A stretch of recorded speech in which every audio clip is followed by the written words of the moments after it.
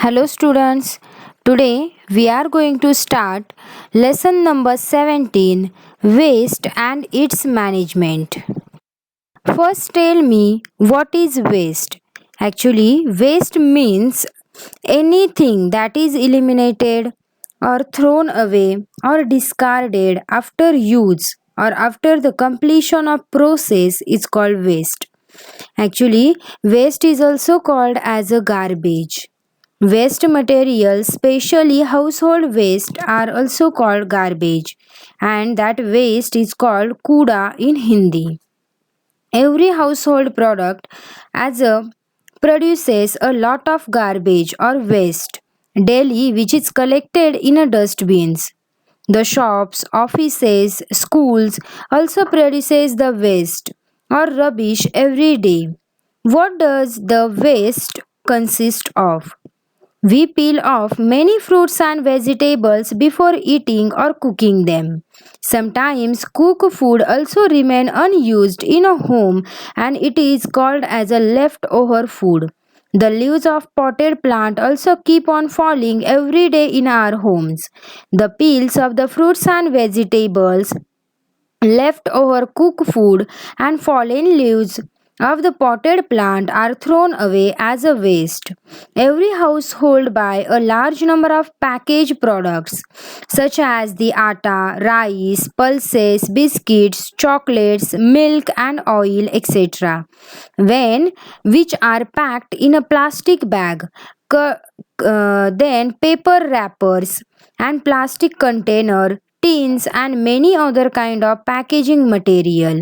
All the packaging material are useless and go out as a waste, means garbage, and the waste papers are also generate as a garbage. Now, we see a lot of waste lying all around our city. This create a lot of problems for a people living there. To resolve or to solve these problems, we first need to understand what waste is and then think of some ways of the waste management. Anything that is eliminated or discarded or thrown away after the use or after the completion of process is called waste. The waste is also known as a rubbish, trash, junk or garbage. It is interesting to know that the rock garden of Chandigarh in India is completely made up of industrial and home waste and thrown away items. Then our next point is a types of waste.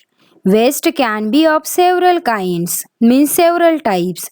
The waste generated by peoples at home is called household waste. These include the vegetable peels, leftover cooked food, wrapping material, tins, cans, and domestic sewage. The waste generated by industries or industrial areas in a companies that is called as a industrial waste. It include the chemicals, metals, scraps, plastics, and waste pay water. The waste generated on agricultural farms is called agricultural waste. This include fertilizers, husk, and chaff. So, first is a solid waste. At home, vegetables, fruit peels, waste papers, and wrappers of the food items are the different types of solid waste that are produced. Fallen leaves and dead plants also add to it. Solid waste is generally called a garbage. Solid waste is broadly classified into two types, biodegradable and non biodegradable. So first is biodegradable waste, means the waste that can be decomposed or rot by small living organisms, means microorganisms known as a decomposers that are present inside the soil and the air. It's called the biodegradable waste. The simply the part of garbage which can be rot or decomposed in a nature or to form a harmless substances is called biodegradable waste.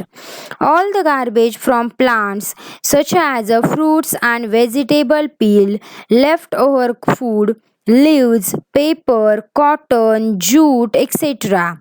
and from animals such as the wool, silk, leather, cow dung is a biodegradable. Biodegradable garbage is also known as a organic waste. Such a waste finally get mixed with the soil. All the products that originated from the living matter form a biodegradable waste. Then second is a non-biodegradable waste. Waste that cannot be decomposed into simpler substance by the decomposers is called non-biodegradable waste. Simply the part of garbage which does not rot or decomposed in nature is called non-biodegradable. The garbage which is consist of plastic, glass and metal object is non-biodegradable. In fact, all the garbage which is not derived from plants and animal is a non-biodegradable. Getting rid means getting free from that non-biodegradable part of garbage is a problem because it does not rot or decay when buried, and some of it like a plastic give the poisonous gases when buried in a soil. For example, the plastic tin articles that are thrown in a soil do not break down even after thousands of years. They do not merge with the nature, and hence this kind of waste is a dangerous for the living creatures because non-biodegradable waste do not decay. They get washed into sewer system and clog it, causing the waterlogging problems. This disposing the non-biodegradable waste is extremely difficult, and hence immense work is being done by our government to develop a recycling process that will help in converting the harmful waste into the useful substances. Then our next point is a liquid waste. When we wash the dishes, dirty water containing wash off dirt flow down the drain. Similarly, the runoff of water from the agriculture farms contain the chemical fertilizers. Industries also release the influents as a waste products of their processes. After liquid waste, there is a new point is a gaseous waste. The waste mainly produced by the exhaust of the vehicles and the chimneys of the factories in the form of smoke and the harmful gases constitutes the gaseous waste. Burning of the leaves, papers, plastic and coal also release a smoke and the harmful gases into the air, thus adding to the gaseous waste. Now, our next important point is the waste segregation. First, segregation means what? Segregation means simply separation of waste. Segregation means simply the separation of waste as a biodegradable and non-biodegradable waste. The method employed for the disposal of biodegradable and non-biodegradable waste are entirely different. Every house must have separate bins for the different kinds of waste. One bin should be for the biodegradable waste such as the vegetable peels and leftover food, and another dustbin is issued for the non-biodegradable waste such as the plastic, glasses, packaging materials, and tins, cans. Care should be taken to collect them separately. In public places, it is advisable to mark the dustbins as a biodegradable and non-biodegradable. Compostable waste include leftover food, fruits and vegetable peels, decaying food items and the garden litters. Such a type of waste is collected in a green colors dustbin. Recyclable waste include the object made up of plastic, metal and glass object. Such a type of waste is collected in a blue color dustbins. Some toxic waste material such as a syringe, expired medicines and used batteries are collected separately in a red color bins. These red color bins are usually placed near the hospitals. After the waste segregation, the most important point is managing the non biodegradable waste. It is a very important question that how to manage that non biodegradable waste, because that waste does not decompose easily in nature. So, once the waste is segregated, means separated into different types, we need to know how to handle them so that they are less hazardous or less harmful to all the living creatures. Since non biodegradable waste is not decomposed by the action of decomposers, means microorganisms that present in soil, the disposal of is done differently. Waste management strategy has always propagated the use of 3 R's. However, now the concept of 5 R's is gradually becoming popular. Let us discuss more about it. So, in that 5 R, first R is a refuse. Refuse means to say no. How often do we indulge in a impulsive buying?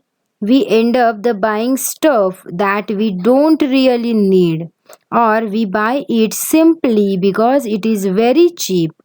We must learn to say no to things that we actually do not need. Then second R means reduced. Reduce means what?